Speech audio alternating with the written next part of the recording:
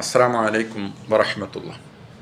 പ്രിയമുള്ളവരെ, നാം എപ്പോഴും ഓർത്തു വയ്ക്കേണ്ടുന്ന 3 സന്ദർഭങ്ങളെ സംബന്ധിച്ചാണ് ഇന്ന് നിങ്ങളുമായിട്ട് ഞാൻ ഷെയർ ചെയ്യുന്നത്. പരിശുദ്ധ റസൂൽ സല്ലല്ലാഹു അലൈഹി വസല്ലമ തങ്ങളുടെ ഒരു ഹദീസ് കൂടിയാണ്. ഉമ്മുൽ മുഅ്മിനീൻ ആയിഷ റളിയല്ലാഹു തആല അൻഹ, ആയിഷ ബീവി റളിയല്ലാഹുവിനെ പരിചയപ്പെടുത്തേണ്ട ആവശ്യമില്ലല്ലോ. നബി സല്ലല്ലാഹു അലൈഹി വസല്ലമയുടെ പത്നിമാരെല്ലാം മുഅ്മിനീങ്ങളുടെ മാതാക്കളാണ്. അപ്പോൾ അതുകൊണ്ട് തന്നെ മുത്തുനബിയുടെ ഭാര്യമാരെ നമ്മൾ പറയുമ്പോൾ ഉമ്മുൽ മുഅ്മിനീൻ എന്നാണ് പറയുന്നത്, വിശ്വാസി സമൂഹത്തിൻ്റെ മാതാവ്. അപ്പോൾ സിദ്ദീഖ് റളിയല്ലാഹു തആല അൻഹുവിൻ്റെ പ്രിയപ്പെട്ട പൊന്നുമകൾ റസൂലുള്ളാഹി സ്വല്ലല്ലാഹു അലൈഹി വസല്ലമയുടെ പത്നി ആയിഷ സിദ്ദീഖ റളിയല്ലാഹു തആല അൻഹ ഒരു ദിവസം നബി സല്ലല്ലാഹു അലൈഹി വസല്ലമ തങ്ങൾ കയറി വരുമ്പോൾ കരയുകയാണ്. വളരെ ദുഃഖിതയായി കരയുന്നു. ഇതുവരെയും ഇങ്ങനെ കരയുന്നത് നബി തങ്ങൾ കണ്ടിട്ടില്ല. റസൂൽ സല്ലല്ലാഹു അലൈഹി വസല്ലമ തങ്ങൾക്കറിയാം, ദുനിയാവിൻ്റെ ആവശ്യത്തിന് വേണ്ടി അല്ല കരയുന്നത്. നമ്മളിൽ പലരും കരയാറുണ്ട്, പക്ഷെ അതൊക്കെയും ദുനിയാവിൻ്റെ ആവശ്യങ്ങൾക്ക് വേണ്ടിയാണ്.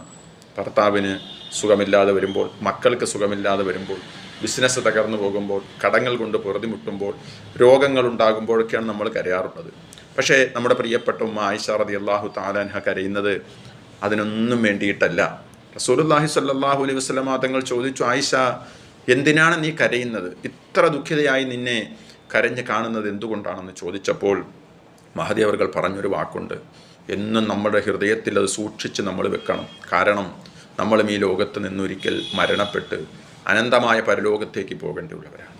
ആയിഷ റളിയല്ലാഹു തആല അൻഹ പറഞ്ഞു, യാ റസൂലല്ലാഹ്, അള്ളാഹുവിൻ്റെ പ്രവാചകരെ, ഞാൻ നരകത്തെ ഓർമ്മിച്ചു പോയി. ആ നരകം അള്ളാഹു തആല സൃഷ്ടിച്ചതാണല്ലോ, അള്ളാഹുവിൻ്റെ സൃഷ്ടികളിൽപ്പെട്ടതാണ്. അള്ളാഹു തആല സ്വർഗത്തെയും നരകത്തെയും ഒക്കെ അള്ളാഹു സൃഷ്ടിച്ച് കഴിഞ്ഞു. ആ നരകം റസൂലുള്ളാഹി സ്വല്ലല്ലാഹു അലൈഹി വസല്ലമ തങ്ങൾ കണ്ടിട്ടാണ് നമുക്ക് നരകത്തിൻ്റെ വിശേഷണങ്ങൾ പറഞ്ഞു തന്നത്. ഞാൻ ആ നരകത്തെ ഓർമ്മിച്ചു പോയി നബിയെ. അതുകൊണ്ട് നിങ്ങളുടെ കുടുംബത്തെ നാളെ നിങ്ങൾ ഓർമ്മിക്കുമോ? അങ്ങയുടെ കുടുംബത്തെയെങ്കിലും അങ്ങേക്ക് ഓർമ്മിക്കാൻ സാധിക്കുമോ നാളെ? അങ്ങ് പ്രവാചകനാണല്ലോ, സ്വർഗത്തിൻ്റെ സമുദ്ഘാടകനാണല്ലോ. അല്ലാഹു തആല മഖാമും മഹ്മൂദ് എന്ന വലിയ പദവിയൊക്കെ തന്ന് ആദരിക്കപ്പെടുന്ന വ്യക്തിത്വമാണല്ലോ അങ്ങ്. അങ്ങയുടെ ഹൽ തദ്രി അഹ്ലീക്കും യൗമൽ ഖിയാമ, ഖിയാമത്ത് നാളിൽ അങ്ങയുടെ കുടുംബത്തെ കൂടി അങ്ങ് ഓർമ്മിക്കുമോ എന്ന് ചോദിച്ചു. നോക്കൂ, ഈ ദുനിയാവിൽ എത്ര പ്രയാസങ്ങളും സഹിക്കാൻ തയ്യാറാണ്, പക്ഷേ നാളെ പരലോകത്ത് ആ നരകത്തെ സംബന്ധിച്ച് ഞാൻ ഓർത്തപ്പോൾ അങ്ങുണ്ടാകുമോ അങ്ങയുടെ കുടുംബത്തെയും കൂടി രക്ഷപ്പെടുത്താനെന്ന് ചോദിച്ചപ്പോൾ മഹാനായ റസൂലുള്ളാഹി സ്വല്ലല്ലാഹു അലൈഹി വസല്ലമ തങ്ങൾ പറഞ്ഞത് നാം ഓരോരുത്തരും ചിന്തിക്കണം. അള്ളാഹുവിൻ്റെ പ്രവാചകനാണ്, മുഴുവൻ പ്രവാചകന്മാരുടെയും നേതാവാണ്, ലോകത്തെ മുഴുവൻ സൃഷ്ടികളുടെയും നേതാവാണ്. ആദ്യം അള്ളാഹു സുബ്ഹാനഹു വ തആലയുടെ പരിശുദ്ധമായ സ്വർഗത്തിൻ്റെ ഉദ്ഘാടനം നിർവഹിക്കുന്നത് പോലും മുത്തുനബി സല്ലല്ലാഹു അലൈഹി വസല്ലം. ആ നബി തങ്ങൾ പറഞ്ഞൊരു വാക്കുണ്ട്, അല്ലയോ ആയിഷ, നാളെ പരലോകത്തിൻ്റെ 3 സന്ദർഭങ്ങളിൽ ഒരാളും മറ്റൊരാളെ ഓർമ്മിക്കാൻ കഴിയുകയില്ല. ഒരാളും മറ്റൊരാളെ ഓർമ്മിക്കാൻ കഴിയും, ഒരാൾക്കും ഒരാളെ സഹായിക്കാൻ കഴിയുകയില്ല. ആയിഷ റളിയല്ലാഹുവിൻ്റെ കരച്ചിൽ കൂടി വന്നു, ദുഃഖം കനീഭവിച്ചു വന്നു. അള്ളാഹുവിൻ്റെ പ്രവാചകരെ ആ 3 സന്ദർഭങ്ങൾ ഏതാണെന്ന് ചോദിച്ചു. മഹാനായ റസൂലുള്ളാഹി സ്വല്ലല്ലാഹു അലൈഹി വസല്ലമ തങ്ങൾ പറഞ്ഞു, ആയിഷ, ഒന്നാമത്തെ സന്ദർഭം എന്ന് പറയുന്നത് തുലാസിൻ്റെ സന്ദർഭത്തിലാണ്. ഒരു മനുഷ്യൻ്റെ ദുനിയാവിൻ്റെ ജീവിതത്തിൽ അവൻ ചെയ്ത നന്മകളും തിന്മകളും രേഖപ്പെടുത്തപ്പെട്ടുകൊണ്ടിരിക്കുന്നു. മാ യൽഫിദു മിൻ ഖൗലിൻ ഇല്ലാ ലദൈഹി റഖീബുൻ അതീദ്. ഒരു വാക്കുപോലും, ഒരു അക്ഷരം പോലും ആ മലക്കുകൾ രേഖപ്പെടുത്താതെ വിട്ടുകളയുന്നില്ല. സകല നന്മകളും എഴുതപ്പെടുന്നു, തിന്മകളും എഴുതപ്പെടുന്നു. നാളെ പടച്ചവൻ്റെ മഹിശ്റയിൽ എന്നെയും നിങ്ങളെയും ഹാജരാക്കപ്പെടുമ്പോൾ ഈ നന്മ തിന്മകൾ തൂക്കപ്പെടുന്ന തുലാസുണ്ട്. ആ തുലാസിൻ്റെ സന്ദർഭത്തിൽ നന്മയാണോ തൂക്കമുള്ളത്, തിന്മയാണോ തൂക്കമുള്ളത്? ഒരാൾക്കും അവിടെ ഇടപെടാൻ സാധ്യമല്ല, ഒരാൾക്കും അവിടെ റെക്കമെൻഡിന് സാധ്യമല്ല.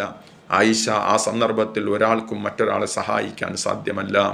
അമ്മാമൻ സഖുലത്ത് മവാസീനുഹു, ആരുടെ നന്മയുടെ തട്ടിനാണോ ആ ഭാരമേറുന്നത്, ഫഹുവ ഫീ ഈശത്തി റാളിയ, സന്തോഷകരമായ ജീവിതത്തിലായിരിക്കും. അമ്മാമൻ ഖഫത്ത് മവാസീനുഹു, ആരുടെ തുലാസ്, ആ നന്മയുടെ തട്ടിൻ്റെ ഭാരം കുറഞ്ഞു വരുന്നുവോ, തിന്മയുടെ തട്ടിൻ്റെ ഭാരം കൂടുന്നുവോ, ഫഉമ്മുഹു ഹാവിയ, അവൻ്റെ മടക്കസ്ഥാൻ നരകമാണ്. അള്ളാഹു നമ്മളെ കാത്തിരക്ഷിക്കുമാറാകട്ടെ.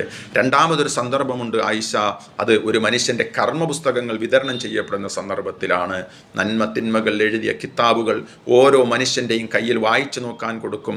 അതിലൊരു കള്ളത്തരവും ഉണ്ടാവില്ല, ഒരു അക്രമവും ഒരു അനീതിയും അള്ളാഹു കാണിച്ചിട്ടില്ല. പക്ഷേ ലാ യുഗാദിറു സഗീറത്തൻ വലാ കബീറത്തൻ ഇല്ലാ അഹ്സാഹാ, അതിൽ ചെറിയൊരു കാര്യമോ വലിയൊരു കാര്യമോ രേഖപ്പെടുത്താതെ പോയിട്ടില്ല. സകലതും അത് രേഖപ്പെടുത്തി വെച്ചിരിക്കുകയാണ്. ചില ആളുകൾക്ക് വലത് കയ്യിൽ കൊടുക്കും, ചിലർക്ക് ഇടത് കയ്യിൽ കൊടുക്കും, ചിലർക്ക് പിൻഭാഗത്തിലൂടെ കൊടുക്കും.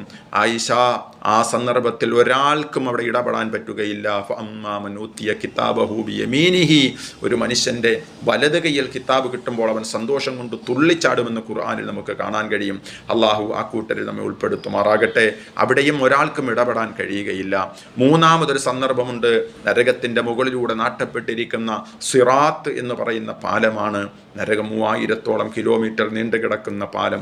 മുടിയേക്കാൾ നേർമയാണ്, കൂരിരുളിനേക്കാൾ ഇരുളടഞ്ഞതാണ്, വാളിനേക്കാൾ മൂർച്ചയുള്ളതാണ്. അല്ലാഹു തആലയുടെ പ്രത്യേകമായ ഭാഗ്യവും തൗഫീഖും ലഭിക്കുന്നവർക്ക് മാത്രം ഈ ദുനിയാവിലെ ജീവിതത്തിൻ്റെ അമലുകളുടെ ബലം കൊണ്ട്, സുഹൃതങ്ങളുടെ ബലം കൊണ്ട് ആ പാരം കടന്ന് സ്വർഗത്തിലെത്താൻ കഴിയുന്നത് അവർക്ക് മാത്രമാണ്. ആയിഷ, ആ നരകത്തിൻ്റെ മുകളിലൂടെ നാട്ടപ്പെട്ടിരിക്കുന്ന സിറാത്ത് എന്ന് പറയുന്ന പാലം, ആ പാലത്തിലും ഒരാൾക്കും മറ്റൊരാൾ സഹായിക്കാൻ സാധ്യമല്ല. പ്രിയമുള്ളവരെ, ഈ പറഞ്ഞത് ലോകത്തിൻ്റെ പ്രവാചകനാണ്, സ്വന്തം കുടുംബത്തോടാണ് പറഞ്ഞത്. ഈ 3 സന്ദർഭങ്ങൾ നമുക്കും തരണം ചെയ്യേണ്ടിയുള്ളവരാണ്. നമുക്കും നമ്മുടെ മീസാൻ എന്ന ത്രാസിൽ നമ്മുടെ അമലുകൾ തൂക്കപ്പെടും, കിതാബുകൾ നമുക്കും നൽകപ്പെടും, സിറാത്തിലൂടെ നമ്മൾ നടക്കേണ്ടിയുള്ളവരാണ്. അതുകൊണ്ട് ഇവിടെയെല്ലാം രക്ഷപ്പെടാൻ സുഹൃതങ്ങൾ അധികരിപ്പിക്കുക, ജീവിതം ധന്യമാക്കി തീർക്കുക. അള്ളാഹു അനുഗ്രഹിക്കുമാറാകട്ടെ.